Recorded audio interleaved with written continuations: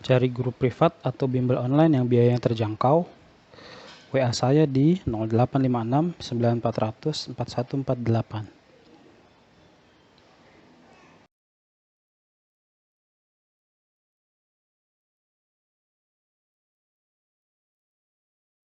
Contoh faktor non-alami yang mempengaruhi kualitas air tanah adalah A. Kandungan kimia air hujan di permukiman, B. Keadaan lingkungan terbentuknya akuifer, C. Penggunaan alat mekanik untuk mengolah tanah, D. Penggunaan pestisida di lahan pertanian, atau E. Pola penggunaan air tanah untuk irigasi. Faktor non-alami berarti hal-hal yang dibuat oleh manusia. A dan B salah karena keduanya merupakan faktor alami. Kandungan kimia air hujan di permukiman dan keadaan lingkungan terbentuknya akuifer itu kan datangnya dari alam, bukan dari manusia. Kemudian C dan E salah karena walaupun keduanya faktor non-alami, tetapi tidak mempengaruhi kualitas air tanah. Nah, penggunaan alat mekanik untuk mengolah tanah itu tidak mempengaruhi kualitas air tanah karena dia hanya mengubah struktur atau bentuk tanah. Kemudian pola penggunaan air tanah untuk irigasi juga tidak mempengaruhi kualitas air tanah. Indikator kualitas air tanah yang paling sederhana adalah kelayakannya untuk diminum. Apabila ada kandungan pencemar, baik bersifat fisik, kimiawi, ataupun biologis, maka air tanah tidak layak diminum. Penggunaan pestisida akan menyebabkan tanah dan air tanah tercemar secara kimiawi.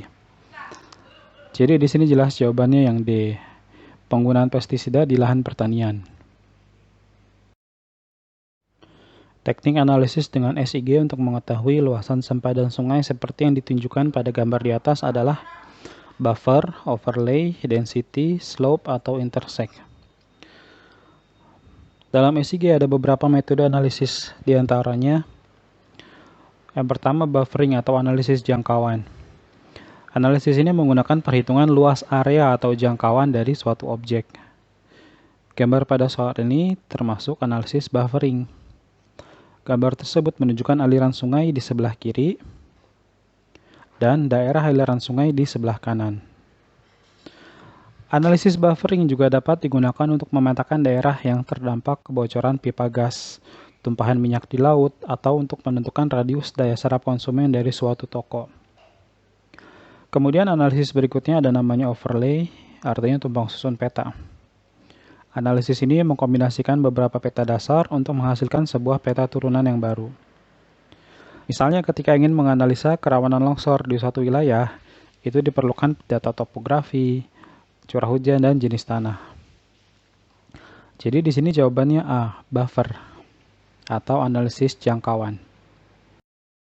Pernyataan berikut yang benar terkait dengan proses terjadinya El Nino adalah A. Penurunan suhu di Samudra Pasifik bagian tengah dan timur, B. Penurunan tekanan udara di Samudra Pasifik bagian barat, C. Terhambatnya pembentukan awan di atas Samudra Pasifik bagian tengah dan timur, D. Terhambatnya pembentukan awan di atas perairan Indonesia bagian timur, atau E. Penurunan tekanan udara di Samudra Pasifik bagian tengah dan timur. El Niño merupakan fenomena cuaca dan iklim yang disebabkan suhu permukaan Samudra Pasifik bagian tengah dan timur lebih tinggi atau lebih panas dari biasanya. Nah, di sini perhatikan, El Niño ini identik dengan suhu yang tinggi, begitu ya.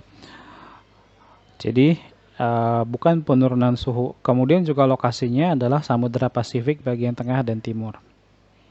Maka A salah. Karena A dikatakan penurunan, harusnya peningkatan suhu. Ingat bahwa suhu berbanding terbalik dengan tekanan udara. Ketika terjadi peningkatan suhu, maka tekanan menurun. Dan angin bertiup dari tekanan tinggi ke tekanan udara yang rendah. Nah, perhatikan ilustrasi El Niño berikut ini. Di gambar yang atas, ini adalah tahun yang normal tanpa terjadinya El Niño. Kemudian yang bawahnya adalah tahun terjadinya El Niño. Nah, ketika terjadi El Niño,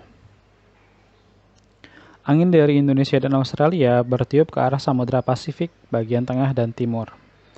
Perhatikan ilustrasi ini. Hal ini terjadi karena adanya penurunan tekanan udara di Samudra Pasifik bagian tengah dan timur.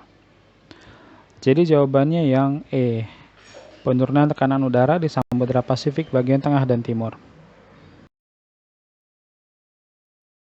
Dampak geografis utama dari globalisasi ekonomi seperti masyarakat ekonomi ASEAN yang telah berjalan sejak 2015 adalah A. Negara memiliki kontrol yang besar terhadap kegiatan ekonomi di perbatasan.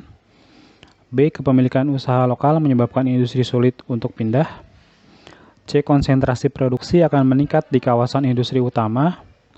D. Produksi akan meningkat di wilayah perbatasan. Atau E. Produksi akan berpindah ke lokasi yang lebih murah. Globalisasi ekonomi seperti pada MEA, masyarakat ekonomi ASEAN, akan menghasilkan keterbukaan di berbagai bidang, terutama perdagangan. Globalisasi ekonomi akan menyebabkan perpindahan dari satu kawasan industri ke kawasan industri lain, baik di satu negara maupun berbeda negara.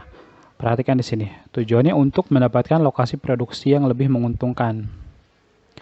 Seperti halnya relokasi industri dari negara maju ke negara berkembang, biaya produksi dan distribusi yang lebih murah, serta cadangan buruh yang murah yang melimpah menjadi alasan utama perpindahan lokasi produksi ini agar biaya yang keluar bisa ditekan dan keuntungan yang didapatkan semakin besar. Jadi di sini jawabannya yang E, produksi akan berpindah ke lokasi yang lebih murah. Nah, karena dengan biaya produksi yang lebih murah, maka keuntungan akan semakin besar. Aspek resolusi citra penginderaan jauh yang penting dalam kegiatan pemantauan perkembangan kota adalah A. Spasial, B. Radiometrik, C. Temporal, D. Geometrik, atau E. Spektral. Untuk memantau perkembangan kota atau objek apapun, maka fokus utamanya adalah mengamati perubahannya dari waktu ke waktu. Ya, untuk melihat perkembangan, berarti kan harus melihat perubahan dari waktu ke waktu. Melihat keadaan before, after suatu objek tujuannya untuk membandingkan dan mencari tahu apakah ada perbedaan.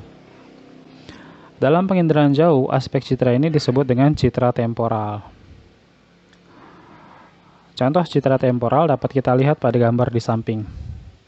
Gambar tersebut adalah foto udara kota Palu pada waktu sebelum dan setelah gempa dan tsunami pada tanggal 28 September 2018. Jadi, di gambar yang atas ini adalah foto dari Agustus 2018 dan gambar yang bawah adalah Oktober 2018. Terlihat perbedaannya di situ, bagian tengahnya perhatikan. Nah, banyak material hasil transportasi yang dibawa oleh tsunami pada tahun 2018 lalu. Jadi jawabannya C, temporal. Sistem hidrologi pada bentang lahan kars dicirikan oleh aliran-aliran bawah permukaan yang berada pada suatu celah-celah sempit atau sistem rekahan batuan yang disebut dengan aliran. A. Conduit atau cave, B. Fracture atau join, C. Confuse atau irregular, D. Scoria atau vesicular, atau E. Diffuse atau fissure.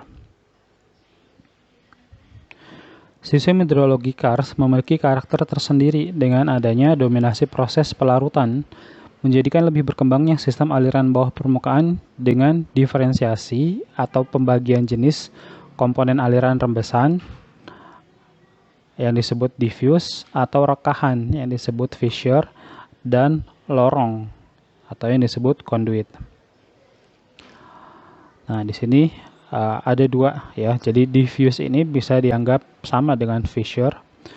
Nah, dia berupa rembesan atau rekahan, sedangkan conduit ini dia lebih besar, dia berupa lorong. Komponen aliran diffuse adalah komponen aliran yang masuk ke sungai bawah tanah melalui proses infiltrasi yang terjadi secara perlahan-lahan melewati zona permukaan bukit kars atau epikars, dan kemudian mengimbuh sungai bawah tanah berupa tetesan ataupun rembesan-rembesan kecil. Contoh yang paling sering kita lihat adalah tetesan pada ornamen gua. Sementara itu, conduit adalah komponen aliran yang mengimbuh sungai bawah permukaan melalui ponor yang ada di permukaan dan melewati rongga-rongga besar dengan kecepatan aliran yang cepat dan akan menghasilkan banjir pada sungai bawah tanah jika imbuhan hujan di permukaan besar. Contoh komponen aliran ini yang paling ekstrim adalah jika kita terkena banjir saat di dalam gua. Jadi jawabannya yang A ya, karena diffuse atau fissure ini adalah sistem hidrologi karst yang dia melalui rembesan atau rekahan begitu ya. Jadi jawabannya yang A. Gambar di atas menunjukkan garis kontur yang terdapat pada suatu peta dengan interval kontur A 25 meter, B 50 meter, C 75 meter, D 100 meter, atau E 200 meter. Interval kontur atau CI ini maksudnya kontur interval ya bahasa Inggrisnya, adalah jarak atau selisih antar garis kontur. Pada sebuah peta topografi, jarak satu kontur ke kontur harus memiliki interval yang sama. Pada gambar di samping, ketinggian yang diketahui adalah 100 meter dan 200 meter. Dan kedua garis kontur ini memiliki selisih 4 garis. Perhatikan di sini, ini yang diketahui di ketinggian 100 dan juga 200. Dan di antara dua kontur ini, ada di antaranya itu di tengah-tengahnya, kita hitung ada berapa kontur? 1, 2, 3, 4. Jadi maksudnya selisihnya ya, jaraknya, bukan di tengah-tengahnya. Dikoreksi pernyataan yang sebelumnya tadi. Jadi selisih dari titik ketinggian 100 meter dan kontur atau titik ketinggian di 200 meter itu jaraknya adalah 4 garis. Nah, di sini kita cari lagi selisihnya antara ketinggian dua titik ini ya. Yang satu kan ketinggiannya 200 meter, yang satunya 100 meter. Jadi selisihnya adalah 100 meter. Nah, 100 meter ini diwakili oleh 4 garis kontur tadi. Maka interval konturnya adalah 100 meter dibagi 4, jadinya 25 meter. Nah, kita dapat membuktikannya dengan menambahkan 25 pada kontur-kontur setelah ketinggian 100. Perhatikan di sini kan ada 100 tadi ya. Kemudian berarti di sini 125, di sini 150, di sini 175 dan di situ 200 ya. Jadi benar jawabannya A, 25 meter. Masalah paling mendasar yang menghantui dunia akan habisnya energi fosil sebagai penggerak peradaban manusia adalah A. Harga minyak dunia cenderung selalu naik, B. Produksi minyak di Timur Tengah menurun, C. Amerika memborong minyak secara global, D. Perlu jutaan tahun untuk pembentukannya, atau E. Negara-negara barat boros energi. Energi fosil berupa minyak bumi, gas, dan batu bara tergolong sumber daya alam yang tidak dapat diperbarui. Bahan bakar fosil terbentuk dari pembusukan makhluk hidup yang telah mati dalam jangka waktu jutaan tahun. Proses yang sangat lama inilah yang membuatnya dikategorikan sebagai sumber daya alam yang tidak dapat diperbarui. Maka dari itu, kita sudah seharusnya mengoptimalkan penggunaan energi terbarukan. Jadi di sini jawabannya yang D, perlu jutaan tahun untuk pembentukannya.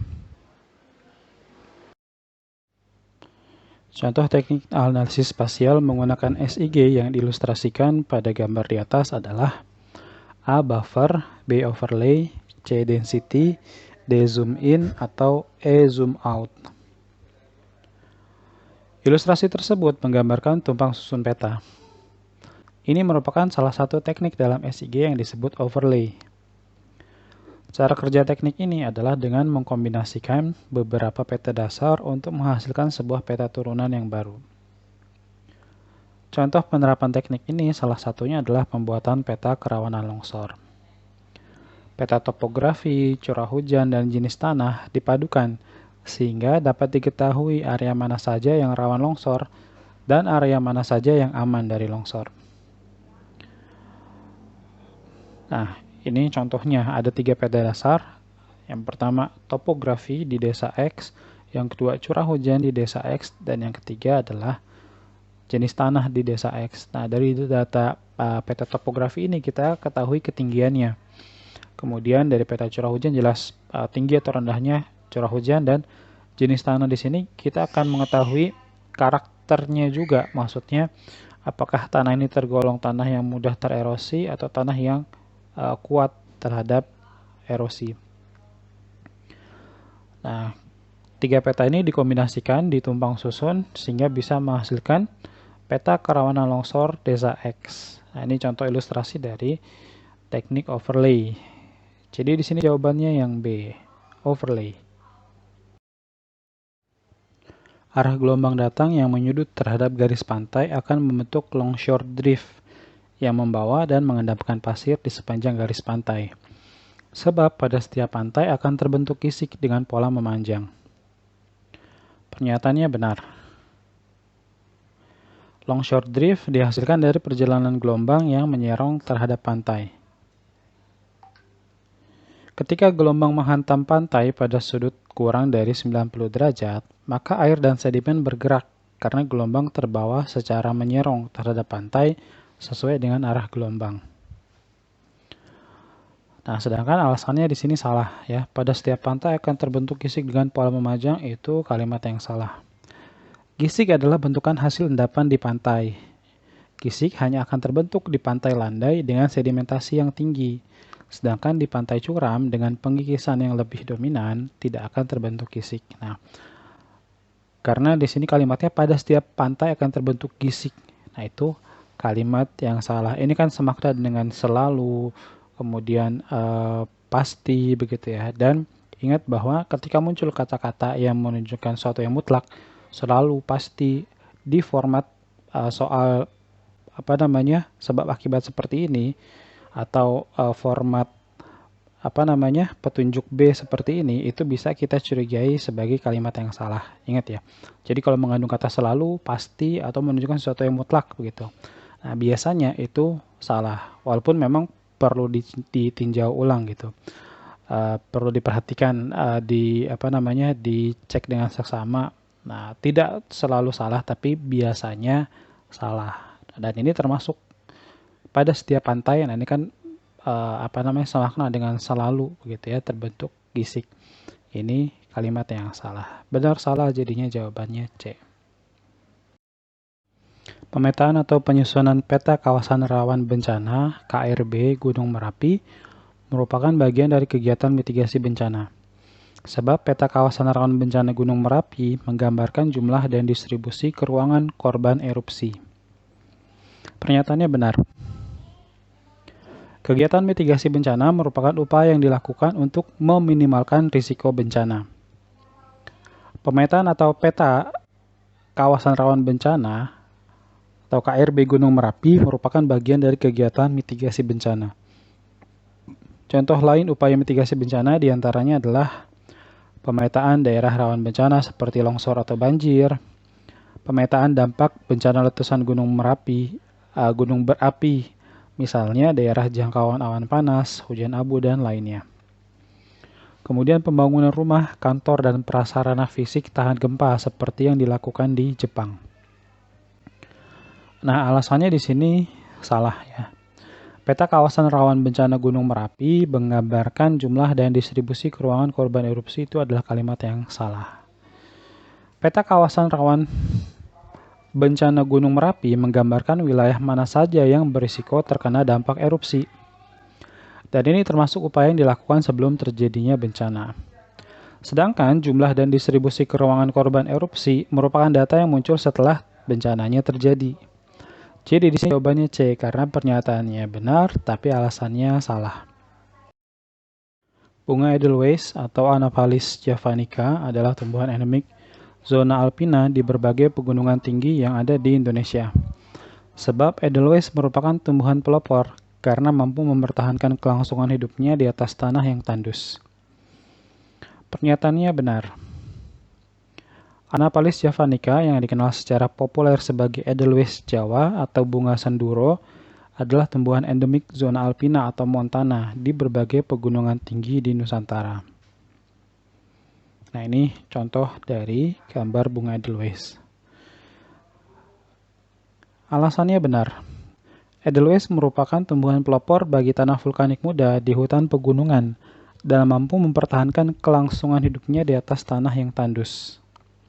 Karena mampu membentuk mikoriza dengan jamur tanah tertentu yang secara efektif memperluas kawasan yang dijangkau oleh akar-akarnya dan meningkatkan efisiensi dalam mencari zat hara. Nah, di sini Kedua pernyataan benar tetapi tidak berhubungan sebab akibat. Jadi jawabannya yang B. Permasalahan air tanah asin yang terjadi di wilayah perkotaan pada bentang lahan wilayah kepesisiran selalu disebabkan oleh intrusi air laut. Sebab intrusi air laut adalah masuknya air laut ke dalam akuifer pesisir yang dapat menyebabkan sumur-sumur penduduk berasa payau hingga asin. Pernyataannya benar. Air tanah yang asin di wilayah kepesisiran disebabkan oleh intrusi air laut. Intrusi air laut adalah gerakan masuknya air laut ke dalam tanah. Penyebab utamanya adalah eksploitasi air tanah yang berlebihan, sehingga terjadi kekosongan ruang di dalam tanah. Air laut yang bergerak ke arah daratan dapat memasuki ruang kosong akibat eksploitasi air tanah tadi. Akhirnya terjadilah intrusi air laut. Nah, ini adalah keadaan yang normal, yang natural, ya. Di mana Sang Pencipta itu sudah sempurna menciptakan segala sesuatu, termasuk juga daratan dan lautan. Daratan dibuat lebih tinggi, sehingga air di dalam tanah ini posisinya menang melawan air laut gitu ya. Jadi perlu diketahui bahwa air di dalam tanah dengan air laut itu di wilayah pesisir mereka saling bertemu dan saling menekan. Dan di keadaan yang masih normal, air tanah ini harus menang begitu ya, karena memang posisinya lebih tinggi dan juga supaya tidak terjadi intrusi air laut. Tetapi, jika air tanahnya ini sudah dieksploitasi secara berlebihan, maka nanti bisa terjadi intrusi air laut seperti yang digambarkan pada ilustrasi yang bawah. Di sini alasannya benar, ya. Intrusi air laut adalah masuk air laut ke dalam akuifer pesisir yang dapat menyebabkan sumur-sumur penduduk berasa payau hingga asin, itu benar. Nah, kedua kalimat benar dan berhubungan sebab akibat, jadi jawabannya A. Kecenderungan penanaman modal asing atau PMA di Indonesia mengelompok pada wilayah tertentu. Sebab aglomerasi adalah pengelompokan beberapa perusahaan dalam satu daerah atau wilayah, sehingga membentuk daerah khusus industri. Pernyataannya benar. Kegiatan industri di Indonesia tidak tersebar secara merata, tetapi hanya terpusat di tempat-tempat tertentu. Oleh karena itu, penanaman modal asing pun cenderung hanya mengelompok di wilayah tertentu. Kemudian alasannya benar. Aglomerasi industri adalah pemusatan atau pengelompokan kegiatan industri dari beberapa perusahaan dalam satu area yang biasa disebut kawasan industri. Kawasan industri dibuat agar pencemaran yang dihasilkan tidak merata ke seluruh wilayah kota dan juga untuk menekan biaya transportasi antar lokasi industri. Nah, kedua kalimat benar dan berhubungan sebab akibat. Jadi jawabannya A. Wilayah pesisir pantai Cilacap memiliki risiko terkena tsunami yang tinggi. Sebab salah satu mitigasi untuk mengurangi risiko bencana tsunami adalah membuat tanda jalur evakuasi menuju lokasi yang aman. Pernyataannya benar. Nah, ini lihat ya, ada tanda titik merah di sini. Ini adalah lokasi Cilacap. Cilacap terletak di pantai selatan Jawa yang merupakan zona pertemuan lempeng sekaligus di situ menghadap ke samudera dengan gelombang yang tinggi. Sehingga berisiko terkena tsunami yang tinggi. Dan alasannya juga benar di sini. Untuk mempersiapkan diri menghadapi berbagai bencana di setiap tempat yang terdapat risiko bencana, termasuk tsunami, harus dibuat jalur evakuasi. Nah, sebetulnya bukan cuma untuk bencana tsunami ya, tapi kita pun juga sering melihat di gedung-gedung ada tulisan jalur evakuasi gitu. Dari situ untuk menyelamatkan diri jika terjadi gempa ataupun bencana lainnya. Nah, kedua kalimat benar tapi tidak berhubungan sebab akibat. Jadi jawabannya B. Salah satu formasi vegetasi khas yang mampu beradaptasi pada pesisir wilayah tropika dengan tipologi sub-aerial deposition coast adalah mangrove. Sebab mangrove hanya dapat berkembang pada wilayah pesisir tropis yang tersusun oleh substrat berlumpur dengan salinitas tinggi. Pernyataannya benar. Subareal deposition cost adalah tipe pesisir yang terbentuk oleh akumulasi secara langsung material-material sedimen sungai, glasial, angin, atau akibat longsor lahan ke arah laut. Bentang alam seperti ini cocok untuk habitat mangrove. Kemudian alasannya juga benar.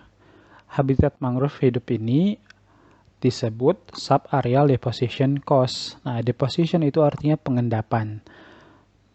Karena didominasi oleh substrat berlumpur hasil dari pengendapan sungai yang menuju ke laut. Dan tentu saja memiliki salinitas yang tinggi. Kedua kalimat benar dan berhubungan sebab akibat, jadi jawabannya yang A. Burung gagak banggai atau Corvus unicolor merupakan burung endemik yang hanya ditemukan di Kepulauan Banggai, Provinsi Sulawesi Tengah. Sebab burung gagak banggai termasuk kekayaan alam kawasan Wales atau Wallacea sebagai perpaduan antara wilayah oriental dan Australia Papua. Pernyataannya benar. Gagak banggai atau Corvus unicolor adalah anggota dari gagak dari famili Banggai. Banggai adalah nama pulau yang berada di Kepulauan Banggai di Sulawesi Tengah. Gagak ini terdaftar sebagai spesies kritis oleh International Union for Conservation of Nature and Natural Resources atau IUCN dan pernah dianggap punah. Tetapi akhirnya ditemukan kembali pada survei di Pulau Peleng pada tahun 2007 atau 2008. Alasannya benar. Karena hanya ditemukan di sekitar Sulawesi Tengah yang termasuk wilayah peralihan atau Wallacea, maka dapat dikatakan gagak banggai adalah fauna perpaduan wilayah oriental dengan Australis. Kedua kalimat berhubungan sebab akibat, jadi jawabannya A. Registrasi penduduk memiliki keunggulan dibandingkan dengan survei kependudukan dalam hal 1. Cakupan berlaku untuk seluruh negeri. 2. Pengumpulan data diulang dalam periode kurang dari 1 tahun. 3. Hemat tenaga, biaya, dan waktu. 4. Pengumpulan data dilakukan aktif oleh petugas. Perbedaan antara registrasi penduduk dengan survei kependudukan diantaranya adalah yang pertama, registrasi penduduk ini dilakukan dengan teknis warga yang mendatangi kantor pemerintahan. Maksudnya warga yang datang ke kantor kelurahan, kecamatan, dan seterusnya. Seperti halnya ketika kita membuat KTP, atau mau membuat akta kelahiran, atau mau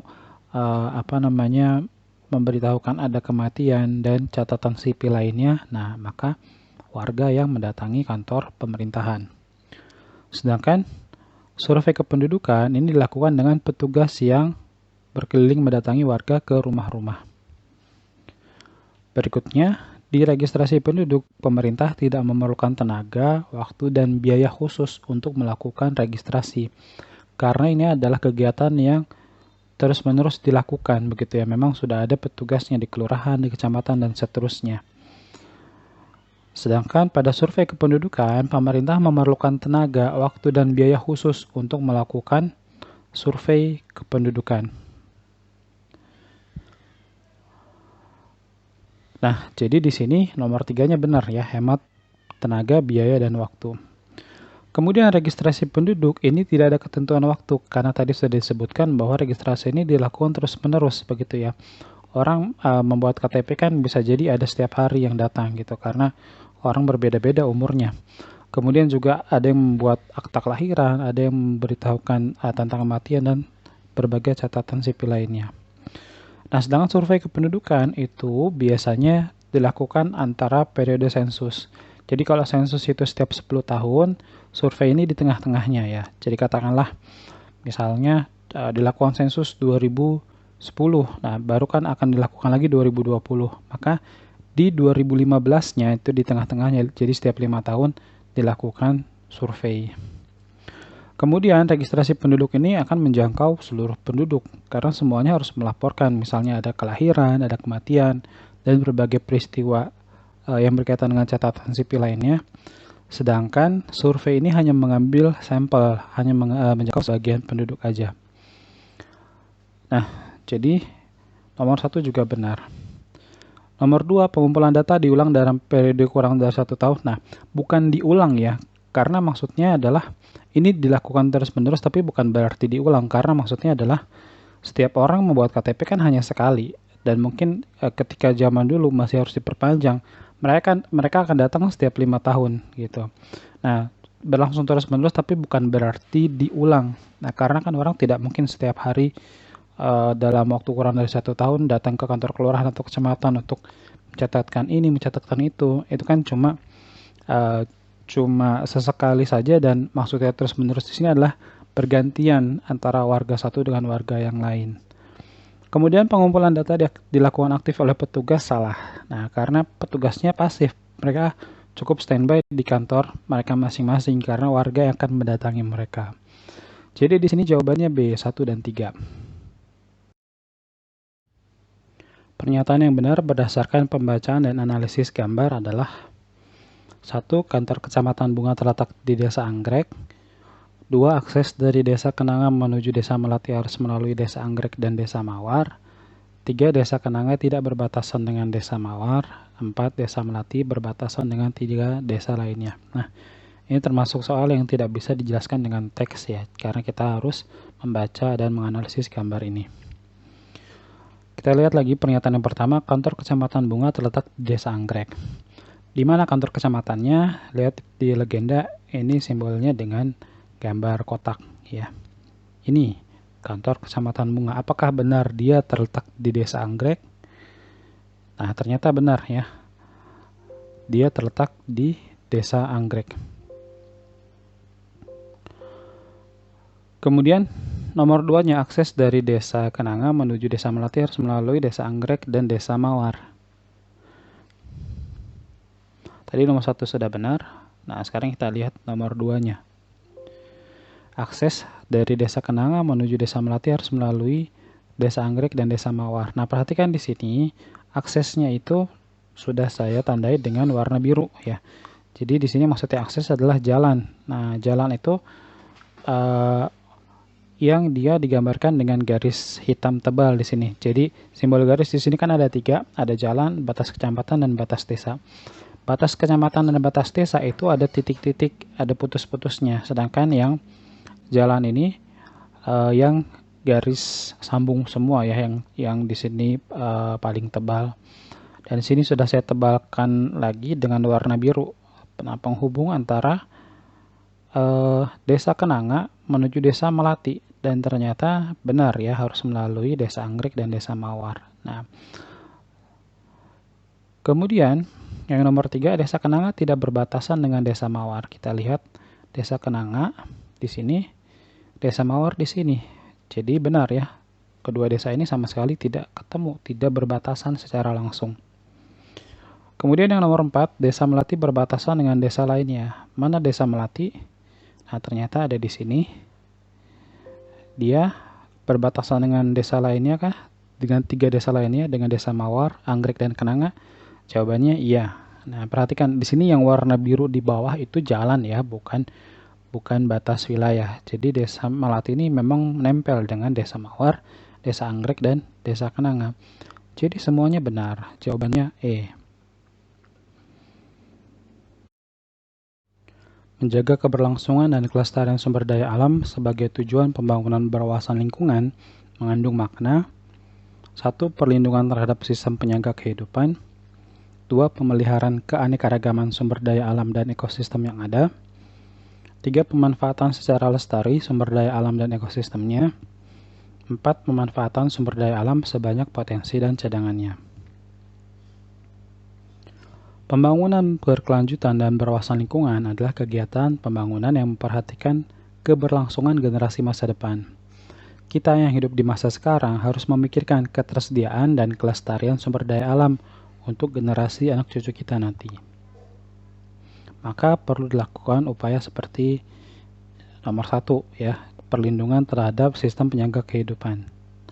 Kemudian nomor 2, pemeliharaan keanekaragaman sumber daya dan ekosistem yang ada. Dan nomor 3, pemanfaatan secara lestari sumber daya alam dan ekosistemnya. Nah, di sini nomor 1 tadi perlindungan terhadap sistem penjaga kehidupan. Maksudnya apa? Sistem penjaga kehidupan merupakan proses alami dari berbagai unsur hayati dan non-hayati. Hayati maksudnya itu yang hidup ya. Kemudian non-hayati itu yang tidak hidup. Seperti batu, tanah, air, udara, cahaya matahari itu semuanya non-hayati atau bisa juga disebut abiotik atau anorganik, yang menjamin kelangsungan kehidupan makhluk. Kemudian nomor 2 jelas benar ya, pemeliharaan keanekaragaman sumber daya alam dan ekosistem yang ada. Ini kalimat sudah cukup jelas, tidak perlu diterjemahkan lagi karena tidak ada istilah asingnya juga di dalamnya. Kemudian pemanfaatan secara lestari sumber daya alam dan ekosistemnya juga jelas benar. Nah, tapi yang nomor 4-nya salah. Pemanfaatan sumber daya alam sebanyak potensi dan cadangannya. Nah, sebanyak potensi dan cadangannya, katakanlah di sini potensinya misalnya sekian ton gitu ya, barang tambangnya, terus dihabiskan semua gitu sebanyak dengan potensinya. Nah, itu kan berarti berlebihan, itu eksploitasi yang sama sekali tidak memperhatikan generasi yang akan datang ya. Jadi di sini coba 1, 2, 3 yang benar.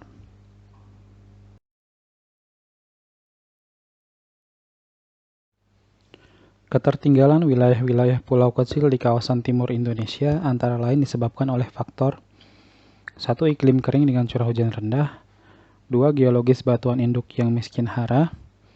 3. Konfigurasi wilayah yang tidak efisien. 4. Migrasi keluar yang besar.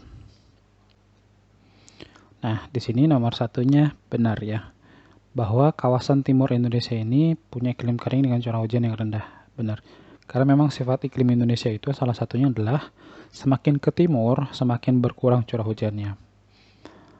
Walaupun ini secara umum ya, kita tidak bilang mutlak, maksudnya semua Indonesia Timur itu pasti curah hujannya rendah, tidak. Tapi secara umum, kalau kita bisa bagi wilayah dari barat sampai timur, nah barat ini punya curah hujan yang lebih tinggi, kemudian timur ini punya curah hujan yang lebih rendah.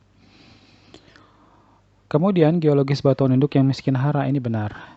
Nah, karena Indonesia Timur lebih sedikit sebaran gunung api dibanding Indonesia bagian barat. Nah, jadi ingat ya bahwa unsur hara itu yang paling utama sumbernya adalah dari material vulkanis, dari gunung api. Nah, perhatikan di sini, gunung api itu banyaknya kita temukan di Sumatera, Jawa, kemudian di Nusa Tenggara gitu ya. Sedangkan wilayah lainnya di Indonesia Timur itu umumnya tidak sebanyak gunung api yang ada di Indonesia bagian barat, terutama tadi di Jawa dan Sumatera. Dan nomor 3-nya konfigurasi wilayah yang tidak efisien itu juga benar. Jadi maksudnya di sini konfigurasi wilayah yang tidak efisien adalah tata ruangnya belum memadai, kemudian aksesibilitas atau keterjangkauan atau kemudahan transportasi yang sulit antara kepulauan di Indonesia Timur tadi. Sedangkan yang nomor 4 salah ya, migrasi keluar yang besar ini tidak termasuk penyebabnya atau faktor yang kita bahas di sini.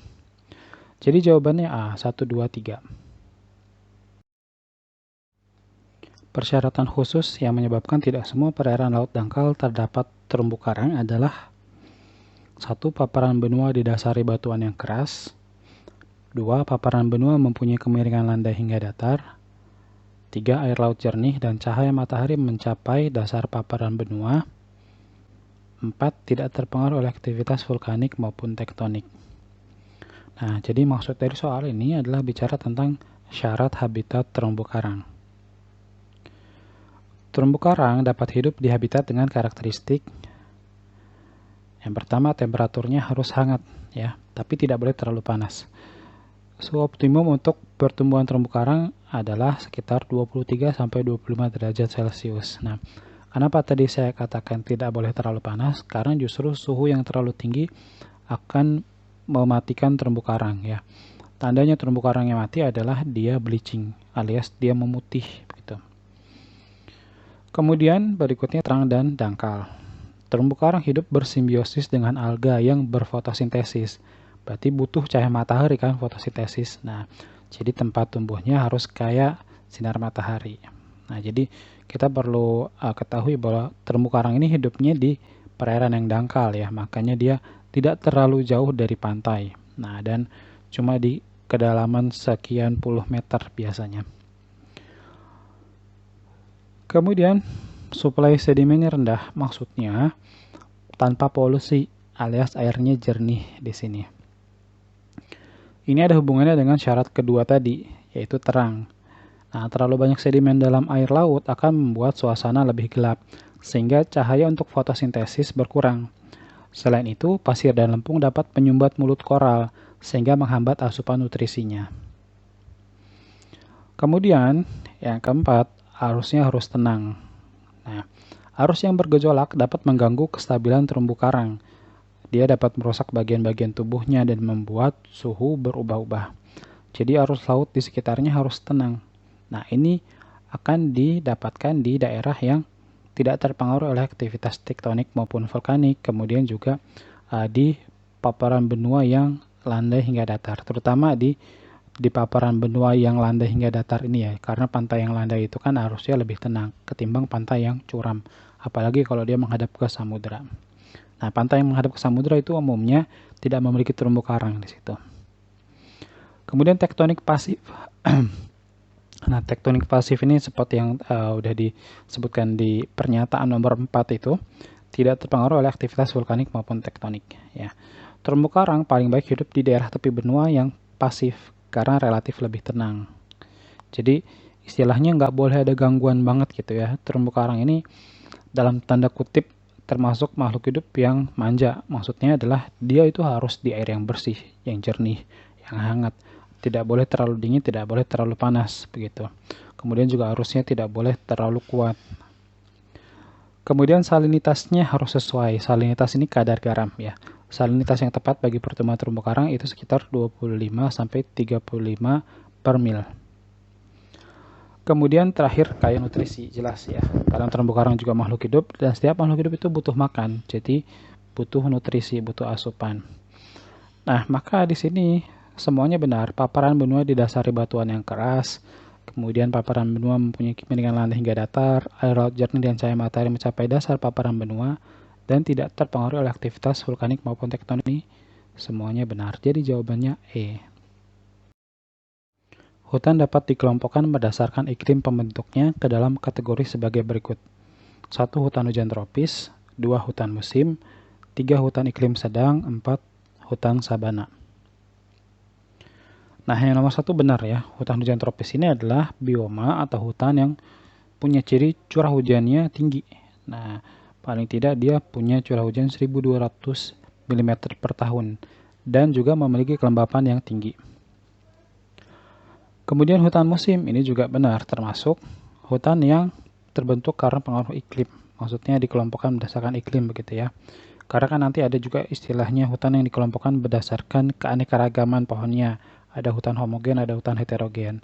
Ada juga berdasarkan fungsinya, ada hutan produksi, ada hutan lindung, dan seterusnya. Nah, di sini hutan kategorinya berdasarkan iklim pembentuknya. Hutan hujan tropis benar tadi, hutan musim juga benar. Hutan musim adalah hutan yang memiliki curah hujan yang cukup rendah dan keadaannya berubah sesuai musim. Artinya dia lebat atau hijau ketika musim penghujan dan dia akan gugur daun-daunnya ketika musim kemarau. Nah, contohnya seperti hutan jati begitu ya.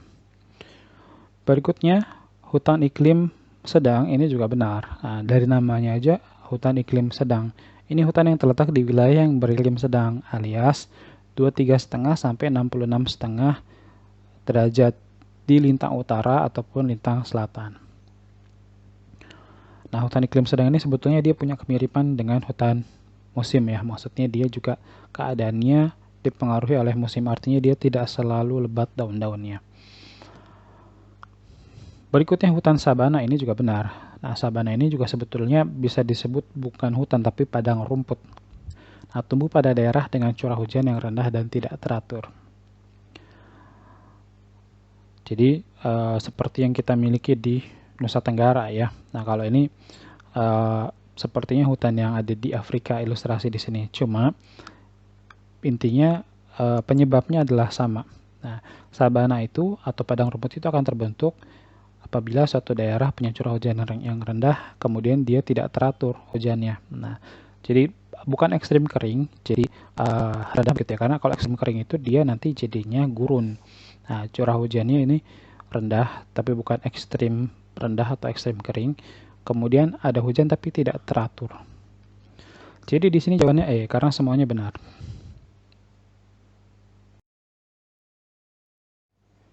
Migrasi internasional tidak permanen yang dilakukan oleh para buruh migran asal Indonesia pada umumnya akan melibatkan proses 1. Emigrasi, 2. Imigrasi, 3. Remigrasi, 4. Naturalisasi. Nah, di sini nomor 1 benar ya, karena jelas buruh migran asal Indonesia berarti kan mereka kerja di negara lain di luar negeri. Nah, mereka melakukan emigrasi, mobilitas ke luar negeri. Kemudian, karena dikatakan tidak permanen, ketika masa kerjanya selesai, mereka masuk lagi ke Indonesia. Nah, mereka melakukan imigrasi. Dan ketika mereka kembali, itu juga disebut sebagai remigrasi. Nah, ingat, re itu adalah artinya kembali gitu ya. Jadi banyak kata yang punya imbuhan re, itu maknanya adalah kembali. Nah, dalam hal ini karena kita bicara migrasi, perpindahan, maka kembali ke negara asal setelah sebelumnya sempat pergi ke luar negeri. Sedangkan nomor 4 salah. Naturalisasi itu adalah proses perubahan status dari penduduk asing menjadi warga negara Indonesia. Nah, tidak ada kaitannya dengan buruh migran asal Indonesia. Gitu ya. Jadi jawabannya yang A. 1, 2, 3. Dataran aluvial sangat potensial untuk pengembangan pertanian dan permukiman karena didukung oleh banyak faktor, yaitu 1. Morfologi datar dengan daya dukung lahan yang tinggi, 2. Tersusun oleh tanah aluvial yang subur, 3. Ketersediaan air permukaan yang melimpah, 4. Terdapatnya akuifer yang potensial sebagai sumber air bersih. Nah, perhatikan soal ini ya. Kenapa saya katakan perhatikan? Karena soal ini cukup sering keluar. Mau itu di SBMPTN atau UTBK ya sekarang namanya, kemudian di SIMAK UI ataupun di UTUL UGM ini termasuk soal yang sering muncul nih di geografi tentang dataran aluvial. Aluvial adalah jenis tanah yang terbentuk karena endapan. Daerah endapan terjadi di sungai, kemudian danau yang berada di dataran rendah, ataupun cekungan yang memungkinkan terjadinya endapan. Jadi, nomor satunya benar ya, morfologi datar dengan daya dukung lahan yang tinggi, karena disebutkan tadi, daerah endapan ini bisa terjadi di sungai, bisa juga di dataran rendah, begitu. Kemudian kita juga bisa artikan tanah aluvial ini adalah tanah yang berasal dari endapan sungai yang dia terdistribusi ke daerah-daerah yang lebih rendah alias dataran rendah. Kemudian ketersediaan air permukaan yang melimpah jelas karena dia tadi daerah endapannya terjadi di sungai. Nah, namanya air permukaan ini berarti contohnya itu kayak sungai, danau, itu air permukaan. Tanah aluvial juga memiliki akuifer yang potensial. Hal ini disebabkan oleh kemampuan tanah aluvial untuk menyerap air. Endapan sungai yang halus memudahkan air untuk lolos dalam lapisan tanah. Tanah aluvial memiliki manfaat di bidang pertanian, salah satunya untuk mempermudah proses irigasi pada lahan pertanian. Tanah aluvial dapat dimanfaatkan sebagai lahan pertanian karena kandungan unsur hara yang relatif tinggi. Nah, dengan kata lain dia tanah yang subur, begitu ya. Jadi, kenapa tanah aluvial ini tanah yang subur? Karena sebetulnya begini, tanah aluvial ini kan berasal dari endapan sungai. Dari mana asalnya endapan sungai ini pertama kali? Tidak lain tidak bukan adalah dari material vulkanik juga sebetulnya. Ketika gunung erupsi atau meletus, nanti abu vulkaniknya kan ada sebagian yang masuk ke sungai. Nah, abu vulkanik ini menjadi pasir atau endapan di dasar sungai dan dia jelas subur, begitu ya. Kemudian sungai ini akan mendistribusikan material subur tadi ke daerah-daerah yang lebih rendah. Inilah kenapa kok bisa ada tanah subur, tapi lokasinya jauh dari gunung api. Nah, karena dia disalurkan atau didistribusikan oleh sungai. Nah, kita lanjut di sini penjelasannya. Selain itu, ditambah lagi dengan potensi akuifer yang besar, menyebabkan tanah aluvial sangat potensial untuk dibangun permukiman. Artinya, potensial untuk dibangun permukiman itu karena ketersediaan sumber air bersih yang cukup baik. Jadi di sini semuanya benar. Jadi jawabannya E.